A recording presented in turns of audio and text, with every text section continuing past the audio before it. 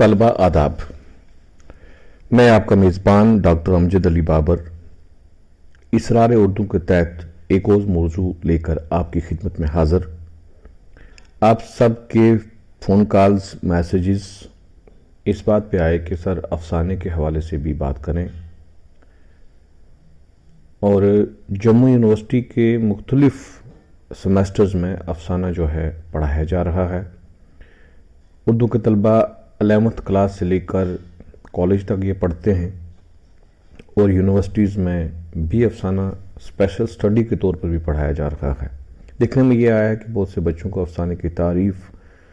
افسانہ کیا ہے، افسانہ کیسے لکھا جاتا ہے، یہ کانسیپٹس کلیئر نہیں ہوتے۔ تو باشعور طلبہ نے اس بات کا مجھے اصرار کیا، اور وہ خود سمجھتے ہیں کہ بہت سی چیزیں جو ہیں وہ سمجھ کر ہی کی جائیں تو بہتر ہوتی ہیں۔ آج کے اس پروگرام میں افسانے کے حوالے سے آپ کو آغاز و ارتقاء پر بات نہیں کروں گا، صرف افسانے کے فن پہ بات کریں گے کہ افسانہ ہے کیا چیز ہے، اور افسانے کے جو اجزاء ترکیبی ہیں وہ کیا ہیں۔ جس سے پہلے کہ ہم مزید آگے بڑھیں، آپ نے اگر چینل سبسکرائب نہیں کیا ہے تو آپ چینل سبسکرائب کر لیں، اور آپ اپنا فرض اتنا نبھاتے چلیں کہ آپ اس چینل کو شیئر کریں اپنے دوستوں میں، دوسرے کالجز میں، ایم اے کے طلبہ میں، بی اے کے طلبہ میں، اور اسکول کے طلبہ میں، اور حتیٰ کہ کے اے ایس یا civil service I A S کے لیے جو تیاری بچے کر رہے ہیں ان تک بھی اگر یہ پہنچے گا۔ بعض میں مجھے وہاں بھی فون کالز آئی ہیں کہ کچھ ایسا سلسلہ شروع کریں، لیکن چونکہ مصروفیات اتنی ہیں کہ میں جو ٹارگٹ کر رہا ہوں وہ بی اے اور ایم اے کے طلبہ ہیں، تو ظاہر سی بات ہے کہ اس میں سول سروس کے لوگ بھی اس سے فائدہ اٹھا سکتے ہیں۔ آپ اپنا فرض ضرور نبھائیے گا، اس کو شیئر کریے گا دوستوں میں، تاکہ یہ بات ان تک پہنچ سکے۔ اس کے کوئی پیسے نہیں لگتے ہیں کسی تک پہنچانے کے، اور میری بھی حوصلہ افزائی ہوتی ہے جب آپ لوگ کچھ مشورہ دیتے ہیں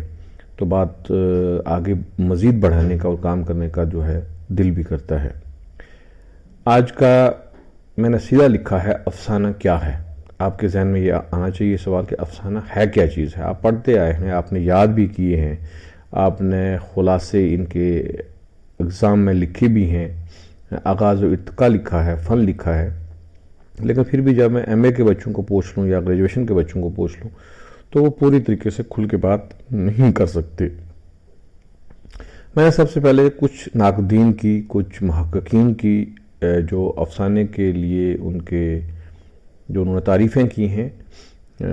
افسانہ نگاروں کی، چند لی ہیں تاکہ آپ کا کانسیپٹ کلیئر ہو سکے۔ مختلف ناقدین یہ کہتے ہیں افسانے کے لیے کہ افسانہ کیا ہے، اس سے پہلے کہ افسانہ جس طریقے سے آپ پڑھتے ہیں کہ غزل عربی زبان کا لفظ ہے، اردو ترکی زبان کا لفظ ہے، اسی طریقے سے افسانہ فارسی زبان کا لفظ ہے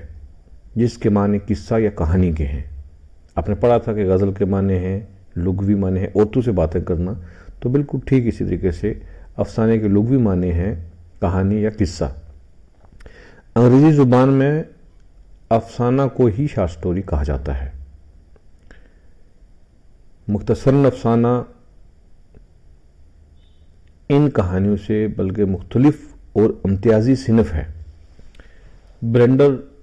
سمتھ جو انگلش کے شارٹ سٹوری رائٹر ہیں، انہوں نے افسانے کی تعریف کچھ یوں کی ہے کہ مختصر افسانہ ان کہانیوں سے بالکل مختلف اور امتیازی صنف ہے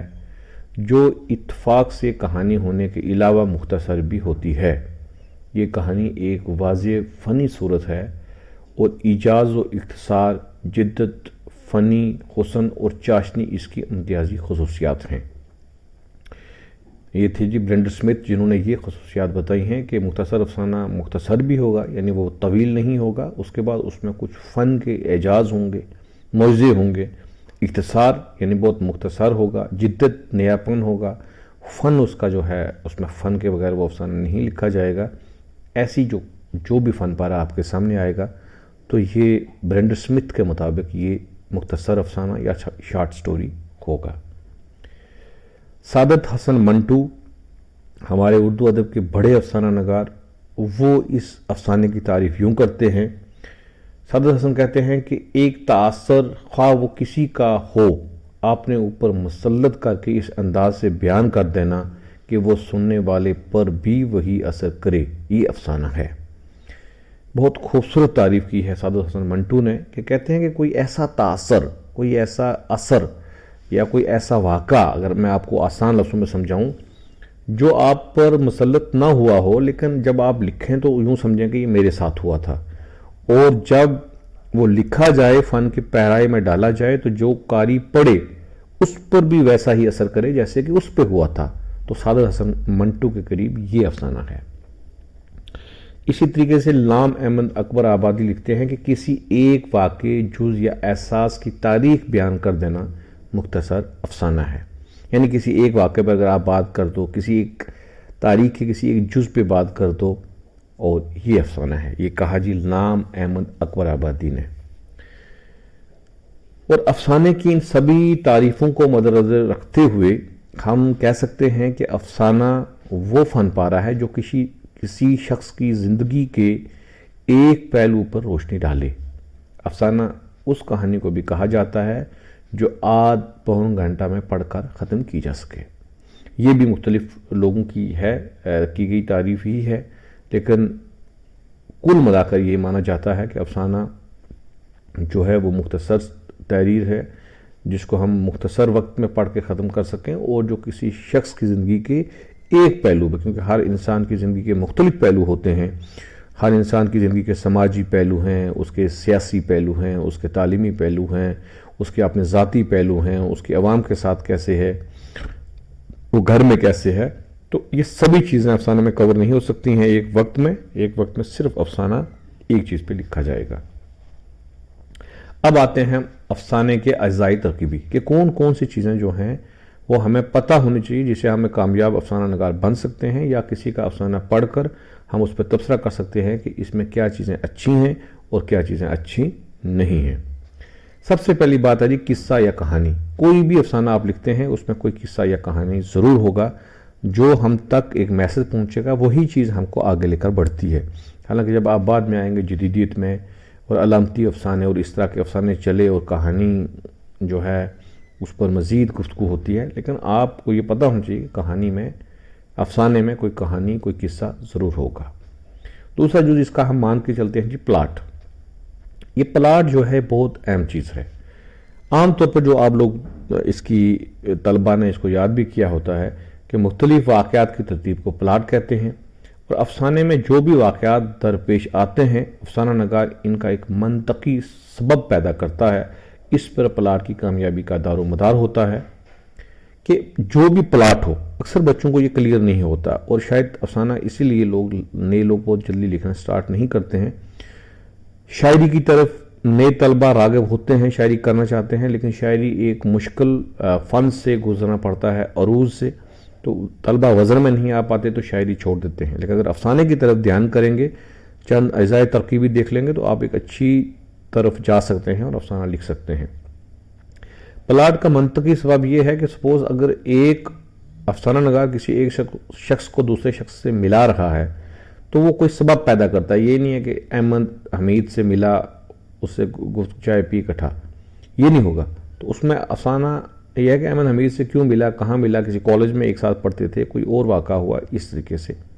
اور اس کی زندہ مثالیں ہیں اچھے پلاٹ کے جو افسانے ہیں، وہ سعادت حسن منٹو کا افسانہ ٹوبہ ٹیک سنگھ، خاطر ٹھنڈا گوشت، اور منشی پریم چند کا افسانہ کفن اوس کی رات عمدہ پلاٹ کی مثالیں ہیں۔ تو اگر آپ ان افسانوں کو بھی پڑھ لیں گے تو یہ آپ کے لیے بہت فائدہ مند بات ہونے والی ہے۔ اس سے پہلے کہ ہم آگے چلیں، آپ افسانے کو جب بھی پڑھیں تو آپ یہ چیزیں ضرور مد نظر رکھیے گا، اسی سے آپ ایک کامیاب افسانہ نگار اور تبصرہ نگار بن سکتے ہیں۔ اور اگلا جو جز ہے جی، وہ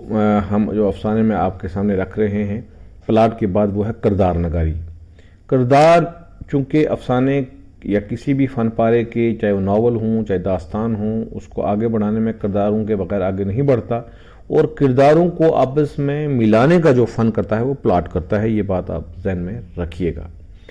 کردار آپ سمجھتے ہیں کہ جیسے فلم میں ہیرو ہے، ہیروئن ہے، ویلین ہے، یہ چیزیں ہیں۔ اکثر طلباء کو کردار کلیئر نہیں ہوتا ہے کردار کیا ہے۔ آپ انگریزی میں بھی پڑھ کے آئے ہیں، آپ نے بہت سے کریکٹر یاد کیے ہیں، کریکٹر طلبہ دہراتے ہیں، وہ بس ہمارا اردو کا کردار جو ہے وہ انگریزی کا کریکٹر ہے۔ اب یہ کسی بھی پلے میں ہوگا تو ہم دیکھیں گے کہ اس کریکٹر نے کیا رول ادا کیا ہے۔ جس طریقے سے آپ ڈراموں میں دیکھتے آئے ہیں اسی طریقے سے افسانے میں بھی ہوگا، لیکن یہ ہے کہ افسانے میں کردار بہت کم ہوں گے، 2 3 4 کردار ہی افسانے میں چل سکتے ہیں، اس میں بھی مرکزی کردار ایک ہوگا اور باقی جو بھی کردار آئیں گے وہ افسانے کو آگے بڑھا سکتے ہیں۔ بعض اوقات 2 کردار بھی جو ہیں وہ متحرک نظر آئیں گے، تاہم پھر بھی ایک کردار جو ہے اس کو ڈومینیٹ کرتا رہے گا، اور کچھ جو دوسرے کردار افسانہ نگار لاتا ہے وہ صرف کہانی کو آگے بڑھانے کا کام کرتے ہیں۔ اس کے بعد ہے جی اسلوب۔ اس بات پر شاید زیادہ لوگ دھیان نہیں دیتے ہیں عام طور پر کہ اسلوب بھی کہانی کی کامیابی کا سب سے بڑا اہم راز ہے۔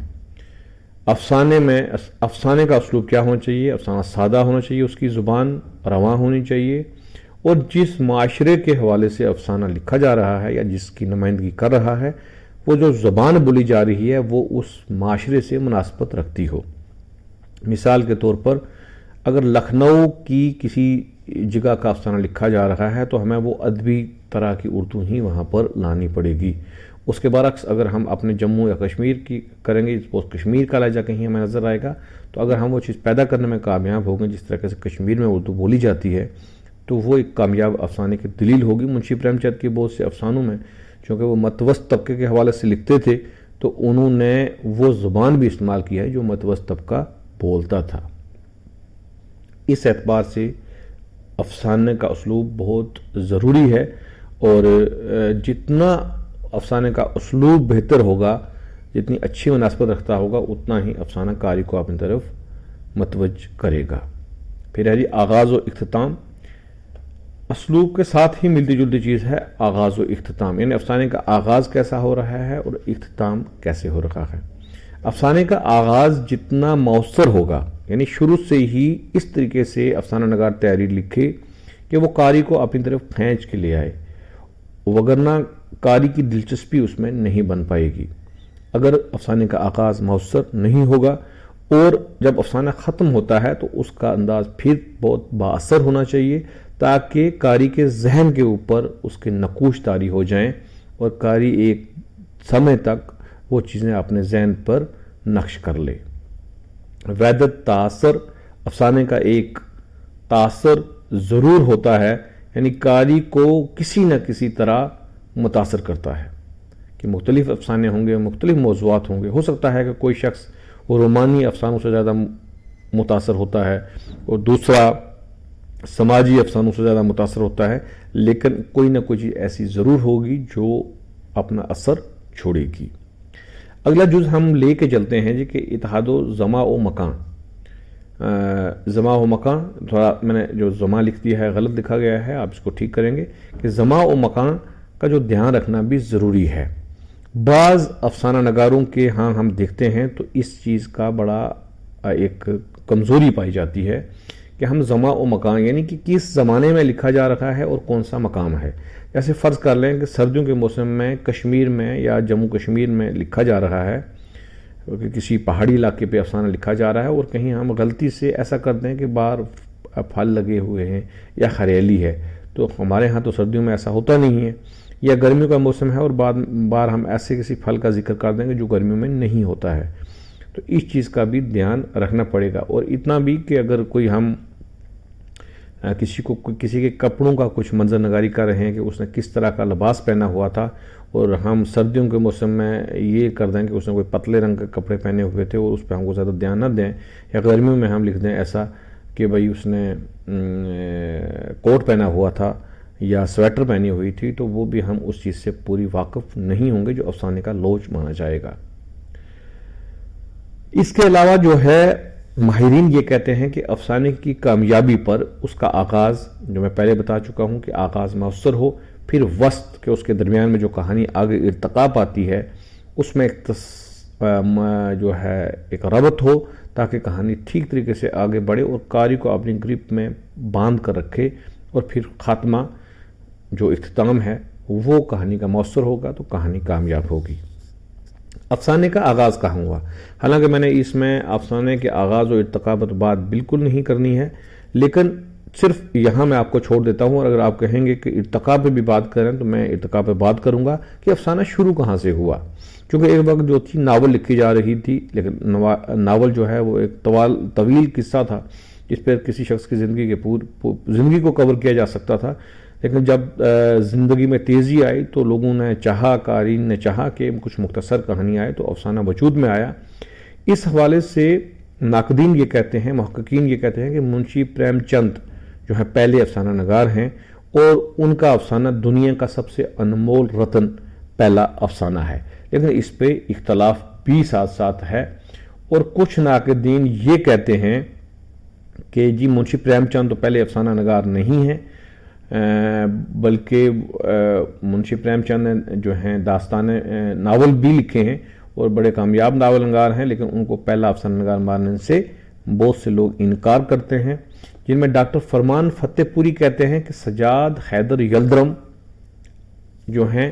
وہ کہتے ہیں کہ یہ پہلے افسانہ نگار ہیں، اور نشے کی پہلی ترنگ ان کا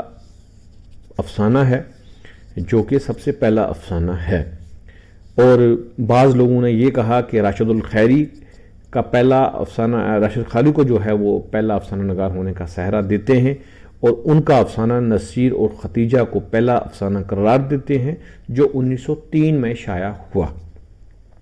تو یہ افسانے کے آغاز کے حوالے سے بات ہے کہ لوگ کیا کیا کہتے ہیں کہ پہلا افسانہ نگار کون سا ہوا۔ اب اس میں راشد الخیری ہو، اس میں پریم چند ہو، یا سجاد حیدر یلدرم ہو، یہ تینوں لوگ ہمارے سامنے آ گئے ہیں۔ تو اس میں اگر ہمیں بالکل نہیں پتا کہ سب سے پہلا افسانہ